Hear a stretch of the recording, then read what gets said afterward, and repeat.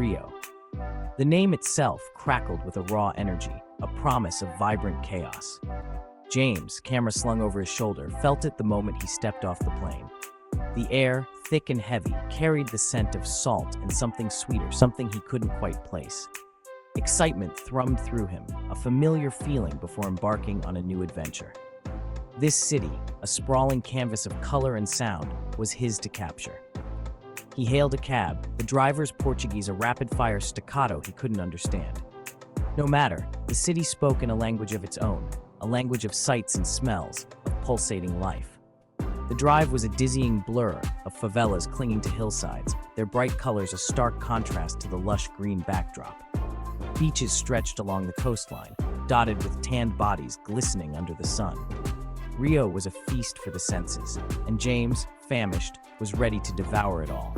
His hotel was a modest affair, nestled near Ipanema Beach. He left his bags unpacked, eager to get lost in the city's embrace. The beach, a living, breathing entity, pulsed with activity. Vendors hawked their wares, their voices a rhythmic chant against the crashing waves. Children chased the receding tide, their laughter carried by the salty breeze. James raised his camera, capturing the scene, the essence of Rio already seeping into his soul. As the sun began its descent, painting the sky in hues of orange and purple, James knew this was just the beginning.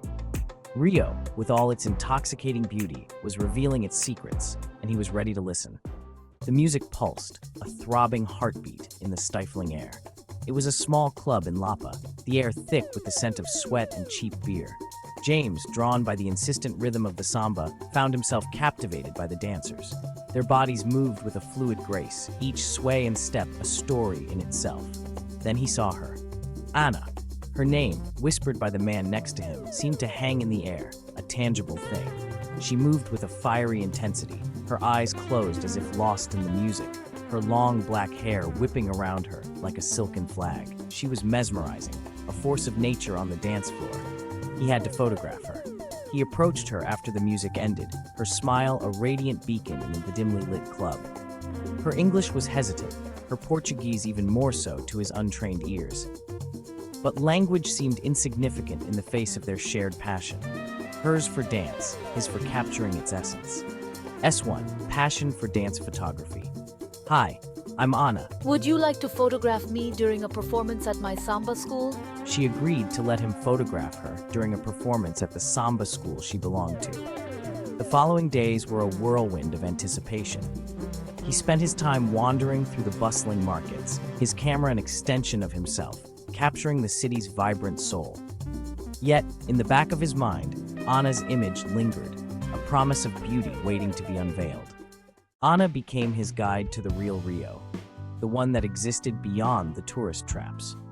They explored hidden beaches nestled between rocky cliffs, the sand soft and white, the water an impossible shade of turquoise.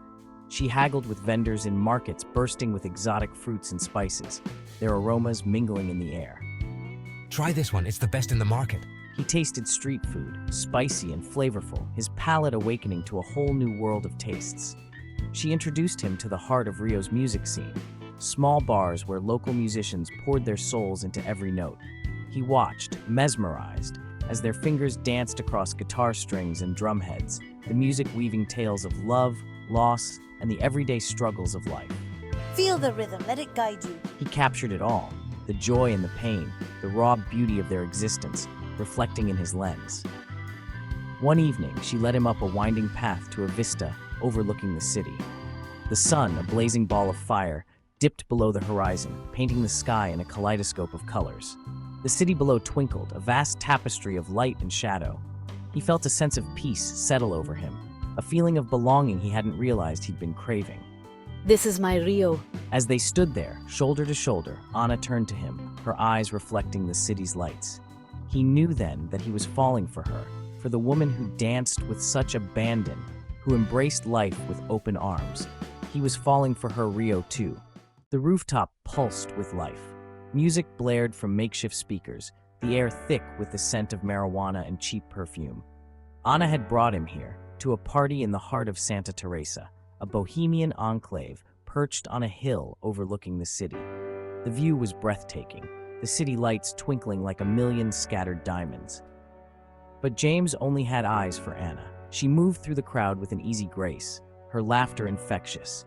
He watched her, his heart pounding a samba rhythm of its own. She was a creature of the night, her beauty amplified by the flickering lights and the pulsating music. He felt a surge of possessiveness, a desire to keep her in this moment forever. S1. Man feeling possessive of woman at Rio rooftop party. Later, as the party began to wind down, she led him to a quieter corner of the rooftop. They sat on the edge, their legs dangling over the edge, the city spread out before them like a vast, luminous map. The air was cooler here, a welcome respite from the heat of the crowd. She leaned closer, her scent, a heady mix of jasmine and something uniquely her own, filled his senses. S4. Couple intimate moment with city view in Rio. Romantic moment with city lights in Rio. She began, her voice barely a whisper. He held his breath, his body thrumming with anticipation. Tense moment between couple on Rio rooftop. James? I love you. The words hung in the air, heavy with unspoken promises. He stared at her, his mind reeling. Could this be real? Could she, this beautiful creature, love him? Before he could answer, she leaned in, her lips soft and warm against his.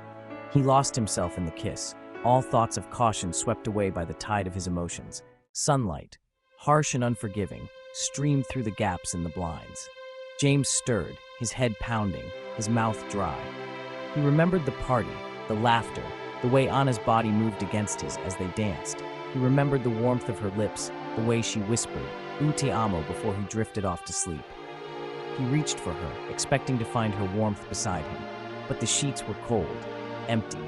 Panic jolted him fully awake. He sat up, his heart hammering against his ribs.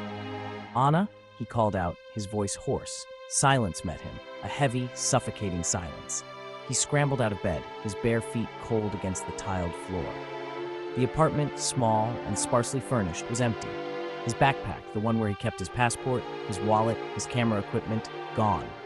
A wave of nausea washed over him. He stumbled to the window, yanking open the blinds. The sun beat down on the street below, the air already thick with the day's heat. People went about their business, oblivious to the turmoil raging inside him. He was alone, stranded. His mind raced, trying to make sense of it all. Had he been robbed, or worse, targeted?